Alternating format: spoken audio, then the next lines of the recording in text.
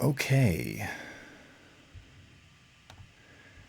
It looks like we are live. Hello. How is everyone today? Good morning, good afternoon, good evening, wherever you are in the world.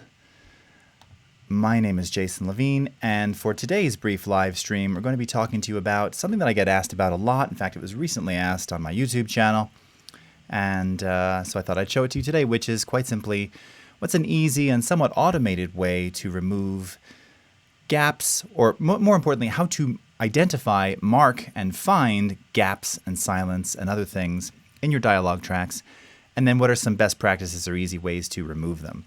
So I'm going to show you some of the options here. Again, some of this is automated. Being automated, it doesn't always get it right the first time, but you've got lots of flexibility. And I'm going to show you that in Adobe Audition. So as always, give a couple shouts into the chat here. Marco, and Keet, Yoni, Saeed, Salim, very cool. Nice to see you. Nachman Taub from Brooklyn, great to see you. Karar, Anna Grund from Sweden, hello. Hey. Paolo, Thomas, Daniel, Velez Sebastian, nice to see you. Daniel Everado from Midland, Texas. Very nice. All right. And let's see, we've got Donald Ping and Evil Cerise. What's happening? Good to see you all. All right. And Pierre Julien, we've got some people over in Behance. Great to see you as well. Desiree, E.C. Abrams, how are you doing? Okay. All right, well, let's go ahead and get right to it. And we're going to hop over to, hold on, let me just minimize my Focusrite mixer here. And let's hop over to Audition. Okay. So as mentioned, there's a lot of ways to do this. What's up, Kudakash? There's a lot of different ways to do this, but a really easy way is to use the Diagnostics Panel, where we actually have a mark audio function. Now, for those of you who are kind of old school, you know that we used to have lots of different options for marking dialogue and silence and pauses and things in previous versions of Audition. A lot of that tech has been confined to the Diagnostics Panel, and it's just kind of hidden in there. I've shown declipping in there. I've shown declicking in there. I'm not sure if I've shown recently the mark audio section. So the first thing you'll want to do is go up to your window menu and open up the Diagnostics Panel. Not sure where it's going to dock for you by default, but you can see that I've got mine docked up here in the upper left. And under the Effects flyout menu, which is also an odd choice of a name there, really. Marking an audio shouldn't be an effect, but all right, whatever. Note to the engineers if anyone's watching right now. We need to kind of rethink that one. The declicker, the declipper, delete silence, and then mark audio. So we're going to focus on mark and delete silence today. All right. Now, as always, we give you a couple of preset options. We'll talk about these. I'm actually going to show you this kind of the manual way, because I think you're going to get a lot more mileage, a lot more ease of use out of this feature. And the manual way is really just as easy. So I'm going to show you how. All right, so first let's take a listen. This is just something that I recorded just a few minutes ago as an example here. What's up, Tim? Just to kind of showcase what we're looking to do here. And you can kind of see already, if you're an audio person, you can see the gaps, you can see what we'd likely want to cut out or remove. If nothing else, this also makes it easier to manipulate that dialogue in the multitrack or wherever you're going to be assembling this, all right? So let's just take a quick listen first and hear what we've got. In today's brief tutorial, I'm going to show you how to use Audition's marking features to eliminate pauses.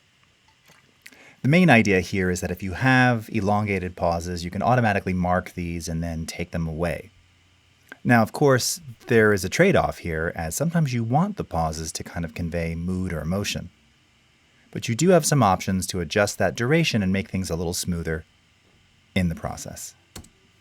Okay, so in a somewhat uncharacteristic way, I'm reading this very deliberately and slowly. Perfectly timed hydration break. Thank you. Dude, I miss your comments. It's good to virtually see you. Evan Abrams, everybody. You should check out E.C. Abrams' channel on YouTube, by the way, if you're looking to really understand After Effects, motion graphics, motion design. Evan Abrams, good buddy of mine. He's been on Adobe Live multiple times. He's hosted Adobe Live. A true fountain of knowledge, and I highly recommend his channel. So Be sure to, you should put that up in the chat or something, dude. Okay. All right, so you've got my audio in front of you here. All right, so let's go up to diagnostics. And first, the first thing I just want to do is show you how you can mark the audio. Now, we're not even talking about eliminating pauses or silence just yet, just marking it, because ultimately, this is a pretty short piece. But if I've read copy for, let's say, 30 seconds, a minute, and I'm doing this for a commercial for voiceover or something, it becomes really handy if I can just very quickly kind of separate all the little spoken pieces. So up here on Mark Audio, I'm going to use, I'm actually in a default preset here. I just changed something earlier on. But the first thing you're going to do is scan the audio. And when you do that, it's going to identify sections that it thinks are rich with audio content. Now, there's a secondary function here. If you click on the settings button, all right, now this by default, this may look a little daunting, a little scary, super nerdy. Effectively, this is a section that uses the algorithm to define what is silence and what is audio. Now, you can look at this visually, or you can read meters. Oh, there you go, youtube.com/ECAbrams. Okay, thank you, Evan. You can use this or look at the meters or look at the actual waveform view and kind of determine what signal defines silence. So anything below, you can see here, negative 67 dB for more than 140 milliseconds is determined as silence. And audio is anything above minus 58 for more than 25 milliseconds, okay?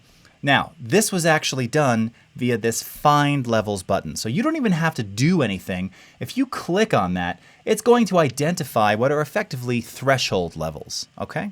So it's going to do all of this for you. Now, again, it's not always going to get it exactly right. I tend to think this probably is pretty good. So let's go ahead and just let's scan this one more time. Okay, so it found these 5 sections. All right, go ahead and let's mark all. So I'm going to click on Mark All.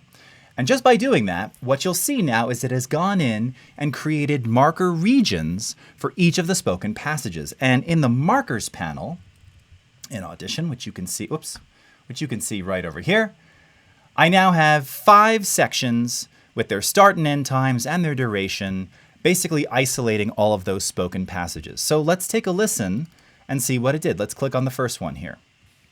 In today's brief tutorial, I'm going to show you how to use Audition's marking features to eliminate pauses. Okay, very nice. Didn't cut off the end. Good. Let's take a listen to the next one.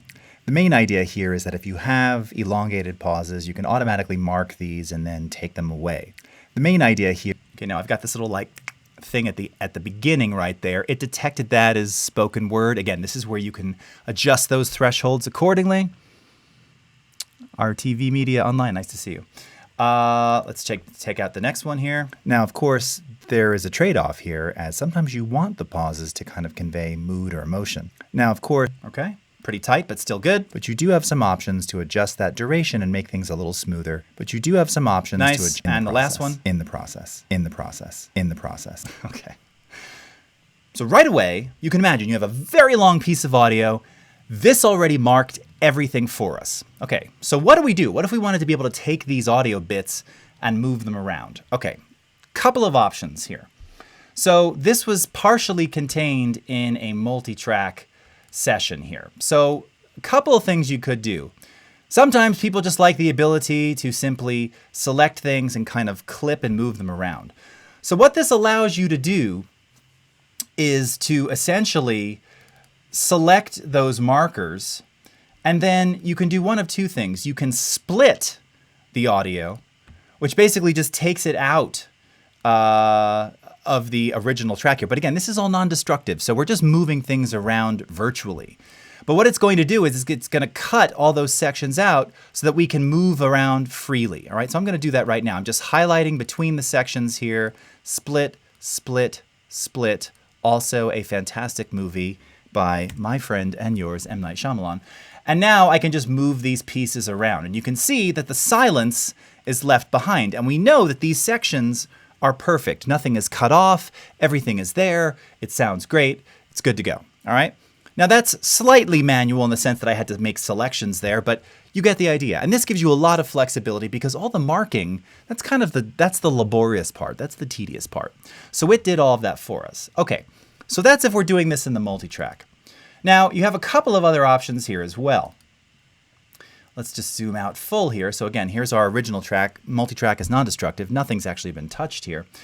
Once you mark those regions, once you mark those sections, something that I personally like to do is I will often take all of those marked sections and export them out as separate files, right? Especially if it's copy that I'm reading. So it might be like, this is audio copy, this is video copy, this is color correction copy, and I'll label and number them accordingly. Well, actually, it'll do the numbering for me.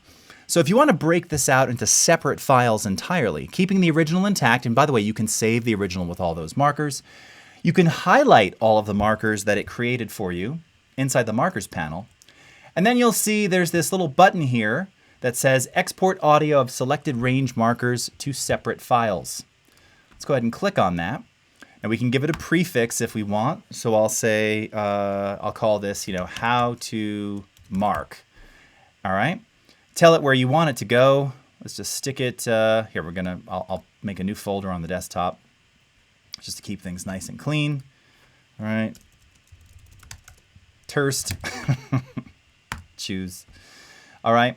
Sample type. Now, this has got some conversion going on here. We can just keep this all same as source. So same as source, same as source. In this case, this is all mono 48K 32-bit float.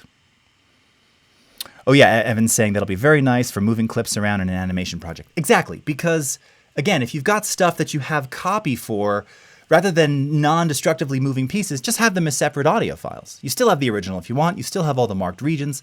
This just makes it a little bit easier. So I'm going to click OK on this, click Export. It's already done. Now, if I go into my Files panel, let's go to the desktop, Terst.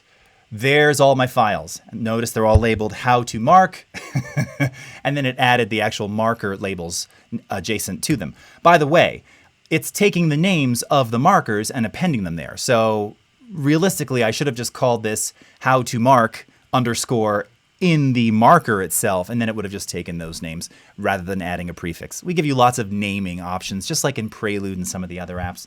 You get the idea. Go ahead and click Open. And now each of those pieces is its own file. In today's brief tutorial, there's first one, the main idea here, second, now of course, third, but you do have some fourth in the process, fifth, okay? So a really quick way to mark the audio, identify spoken sections, export as separate files, or take those marked sections from the multitrack, split them, and then freely move them around, okay? Couple of different cool options there. All right, but we're not done yet. Let's go back over to this. Let's go back to our original file, and I'm actually going to, let's remove all my markers. All right. Why is it not letting me delete my markers? Let me get rid of all these things first. All right.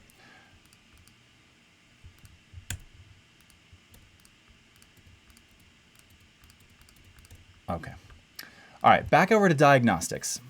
So I mentioned that there's a couple of presets in here. Okay. We're going to give these a shot. I don't know how well it's going to do. So you'll see that there are 3 in here. All right. One is ignore short sentences. Okay, I'm not quite sure what that means. Another is mark non-silent areas. That's what we just did, right? We marked non-silence, so we marked dialogue. Interesting choice. Mark non-silent and then mark the speech? I never noticed that. Aren't those both the same thing? I don't know what any of this means. All right. Well, let's see what happens if we do mark non-silent areas. I don't know what that's supposed to do. I'm going to scan. Okay, it found 5 sections. Who wants to guess it's going to mark the same ones? Yeah, it did, because non-silence would be dialogue. Okay, let's check out the second preset here. Mark the speech. Let's scan. Okay, now this found 23 sections. So let's click on Mark All. Okay, so what Mark the Speech did is it identified... More notes for the engineering team. It identified sort of each section or piece of talking inside the dialogue here, and it even left off a few. So like, here is have elongate automatically mark. I mean, I guess there's some use for this. Perhaps. I don't really know. So as I told you, the pause thing, I don't know. I'm just not sure. But here's where we're going to get to the pauses now, because now we showed you how to mark the audio that you want. Let's talk about eliminating the audio that you don't want, which in this case is silence, okay? Now, again, under the preset menu here, you've got keep fun parts, speed up the lecture, trim long silent pauses, trim short digital dropouts. Okay. And again, we're under delete silence here now. So I switched it from mark audio to delete silence, all right? I'm going to just go to the settings again and click on find levels, okay? And it's going to do its analysis here. So let's see, okay? And let's go ahead and scan.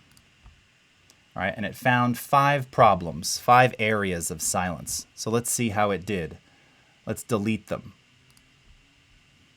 And it looks pretty good. All right, and let's take a listen to what it did. The main idea here is that if you have elongated pauses, you can automatically mark these and then take them away. Now, of course, there is a trade-off here, as sometimes you want the pauses to kind of convey mood or emotion, but you do have some options to adjust that duration and make things a little smoother in the process. Okay, so all of this sounded pretty good, except that last little bit right there, because there's just not enough pause. Things a little smoother in the process. All right, so I might come in here and add a little silence, which by the way is up under the edit menu, insert silence, and something like a 1/10 of a second here. Things a little smoother in the process, right? Just like that. So now it sounds so much more just normal, like normal pace. Duration and make things a little smoother in the process, okay? 100 milliseconds. How did you know 100 milliseconds? 1/10 of a second. Again, think about like standard kind of pausing if you're talking. This isn't slow, this isn't rapid, it's just kind of normal pace. 1/10, 1/5 of a second. That's usually about the duration that you want. The key here is that right away, it zapped out all of that silence and edited everything else together for us nicely. Pretty slick, pretty cool. But as I mentioned, it depends. It may not do it the way you want all the time. So it can be a little challenging. So let's go and let's actually see what these presets do. So let's say just keep the fun parts. Okay, it's not detecting anything with just keep the fun parts. Okay, speed up the lecture. Okay, it found 23 problems or 23 sections. That's curious because I don't think there's that much pausing in here, but this is really going to identify very, very small, very, very short durations. Now, if we go into the settings, okay, this is where it gets tricky, right? Because the default of this preset is silences anything that's below 32 decibels for more than 140 seconds. I mean, 140 milliseconds. I don't know. Now you'll notice you have some fixed by options, shortening silence or deleting silence. So this is going to shorten by 100. I immediately think that's too long, but all right, let's see what this preset did.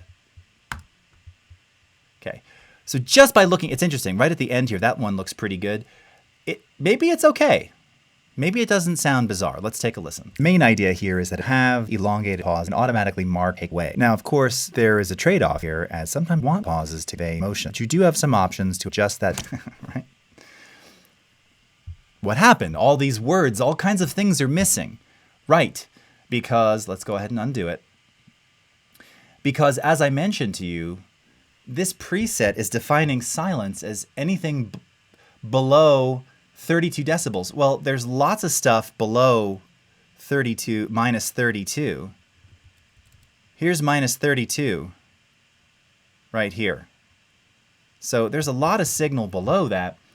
for more than 140 milliseconds. So some of these like little bits where I'm like, little glottal sounds and things that are just part of natural talking, it's zapping those out of there. So this is where, again, you know, the presets are okay, and you can try them, but I really just recommend doing the analysis manually. So let's go ahead and do that, all right? So let's find the levels. It has now determined what it is, okay? Oh, and by the way, and yeah, we're gonna use shorten silence instead of delete silence. All right, and maybe we'll do 60 milliseconds. Well, maybe we'll do like 80, all right? So let's scan. Okay, now it only found 4 sections. That makes sense because you can see that there's 4 holes in here, right? Let's go ahead and delete those. It takes those out. You can also see now that it looks to have preserved a little bit more of the space in between those sections, which means when I play this back now, the main idea here is that if you have elongated pauses, you can automatically mark these and then take them away. Now, of course, there is a trade-off here, as sometimes you want the pauses to kind of convey mood or emotion, but you do have some options to adjust that duration and make things a little smoother in the process. All right? And this time with the, what is it called? Shortening silence instead of deleting silence. It left a little bit of that breathing room in there, so I didn't have to add back in. I would probably still add in about 20 milliseconds between that very last bit of speech there, just to make it a little more natural. But if I needed to fit something for time, this is an ideal way to get rid of that and to just move through it so quickly. The Chris Bryant, this kind of stuff makes me want to start podcasting. Yes, because it's so easy and so useful. All right, let's bounce over real quickly to some of the chats here and see if we've got additional questions coming in. All right. So let's see, we've got Sergio Turek. This feature only works for Audition 2020. No, it is in previous versions of Audition as well, although I'd recommend moving to 2020. More stable and better experience most likely for you. Fernando from Cologne. Dan from Bama, what's up? Tommy Lee Lassiter, nice to see you, Rogelio. Homilzio from Portugal. Homilzio. Alex Uso from Burundian, nice to see you. John from Nigeria, okay. Jiban from Bangladesh. Dave, why is everyone saying where they're from? I ask everybody that when they sign in, just so that we can all see how big this community is and how far-reaching. And this is something that I talk about all the time, why it's so amazing and why I feel so appreciative and honored to be able to do this, because you got people watching from all over the world and sharing ideas. Ricardo, I came across your YouTube about 2 months ago and I'm hooked and learned so much from your Adobe Audition tutorials. By far the best I've seen out there. You're awesome. Thank you very much, Ricardo Ortiz. I appreciate that. Evan is asking, does the diagnostic run before the effects rack? Yes, it does. It absolutely does. Yep. So if you've got, and that's a great question. So, and just to determine so that people understand what Evan was just asking. So if you have effects in the effects rack, let's say things like compression, which are going to amplify, theoretically, if you've got a limiter on there, it's going to amplify noise and silence. It is doing the diagnostic scan before the effects rack. Yeah. Now, if you apply those effects, of course, destructively, that all comes into play. And that's another example of where you would absolutely want to rescan to find your levels. But yes, by default, it is doing the analysis off of the raw media before any effects are applied.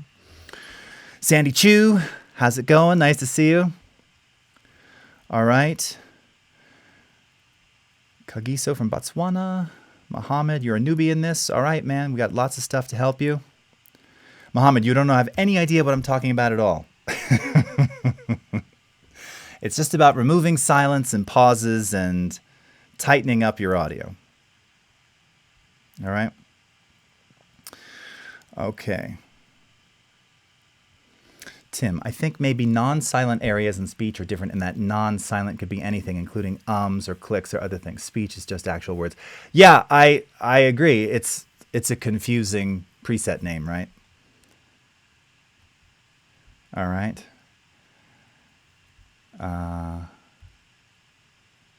All right. Bruce Johnson, cut out the click at 6 seconds. I know this one right here. Now.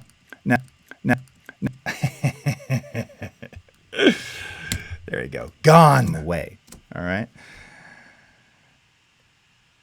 I've got friends from Guyana. Marlonda from Atlanta. All right. Ivanek from the middle of Hessen. All right. Marco from Brazil. Martin Lucas, how are you? Konstantinos from Greece. And Martin, you are coming to us from Montreal. All right. Anything else here? What have we got on the tubes? Anybody else popping? Oh, lots on the YouTubes. Okay. Trinity Project. Thank you so much. Great to see you, Hassan. All right. NetTube user, good to see you as well. Archive Pete from Belfast. Oh, thank you very much. Samantha 38G. Great to see you as well. Totally useful and cool stuff. Susanna Metzger, hey, from Switzerland. Very nice to see you. Okay, Archive Pete, can it re-import the files back into Audition like Premiere can if you take a still frame? Did I miss your question here? Can it re-import the files back into Audition like Premiere can if you take a still frame? I'm not exactly sure what you're asking, Archive Pete. Maybe you can re-ask it. And NetTube user, it was awesome meeting Knight. He was seriously such a nice dude. I love when you meet, in particular famous people, and they're really, really nice. And he was just one of the nicest humans I've ever encountered. So yeah, nothing but love for that man. Okay. Any other questions? Tony from Dominican Republic. What's up, Tony in the DR? Jeffrey from Ghana. Okay, Max, it would be cool if you taught a course on how to remove noise from the stitches recorded on the street, the noise of cars and generally the noise of the city. You have to use a huge number of filters, and often when the noise is not needed, it turns out like it's a robot, but not a person. Yeah, so here's the thing, Max, with that kind of stuff. And yes, Tanzimul, I'll put my YouTube channel in the chat here. When you're doing on-location field recording, I just had a user ask me this on my YouTube channel, actually. Hold on, just making sure I spelled that correctly.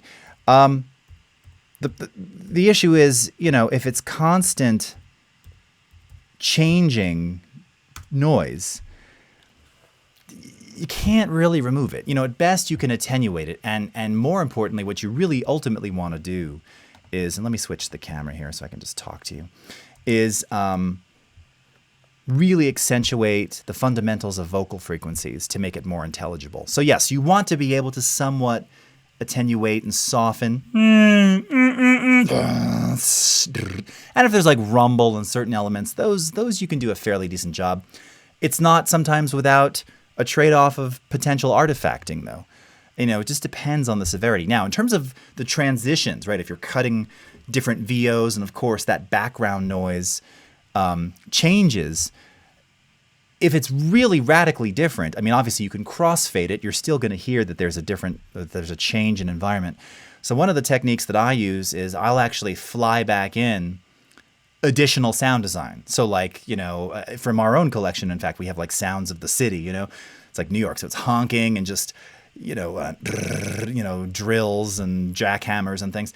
And you add back in some common background noise at a very low level, and you can even EQ it so that you're kind of taking off the high end and a bit of the lows and kind of scooping out the middle, just so that you have a consistent bed of ambient noise. So when you're cutting between dialogue, it's less jarring and it sounds more familiar. It's faking it. It's a fake little technique, but it works great. And again, what you're trying to do is give the viewer the perception that this was kind of the same space, the same time of day, the same everything, right? This achieves that really easily. So I'd recommend that. Okay. Oh, he means dynamic link. He was talking about dynamic link. Archive Pete. Yeah.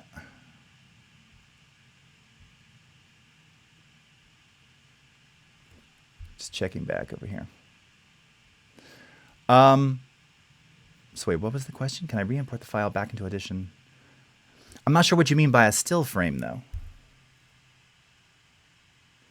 Yeah, I mean, if you're in Premiere and you take a still frame from something, from the video, you can always send it back to Audition. I guess I'm still not sure what you're asking me. I'm sorry. Maybe I'm just slow. Okay. I mean, I definitely could be. Tanuki from Latvia. Okay. All right. Well, Ferry, I hope you're seeing better performance in 2020. You know, this was really our focus for all of these apps, was to make them inherently more performant, more stable. So if you're having issues, please feel free to hit me up on Twitter. If I can't answer them or tell you what they are, if they're known, I can connect you directly with Care, and they can help you as well. All right. And it looks like that's all the questions we have. Okay, no, Archive Pete is saying no, sorry, not Dynamic Link. What's good, C500? The C500 is definitely. Peter Whiter, how are you doing? Okay. And looks like that's it. All right, Archive Pete, if you can get it in the next 30 seconds, I can hopefully answer. Otherwise, I think we're going to end the stream. Okay? So, until tomorrow, I'll be back tomorrow, possibly on the Creative Cloud channel, talking about some additional things. And then Thursday and Friday, I'm going to be doing some audio streams, recording streams in Audition. I've got to finish up a single. I'm supposed to finish it today to be released before the end of the year. It's called Fear the Q-Tip. I don't know if it's going to happen. So it may only get out in 2020. That's okay. In any case, as always, thank you all so much for joining me. You'll be able to watch the replay on Twitter Periscope, on Facebook, on YouTube, and on Behance, because we simulcast, yo. For everyone joining me on all of the various social networks, thank you so much. I hope you have a great rest of your morning, afternoon, evening, wherever you are in the world, and we will see you again next time. Take care, everybody. Bye-bye.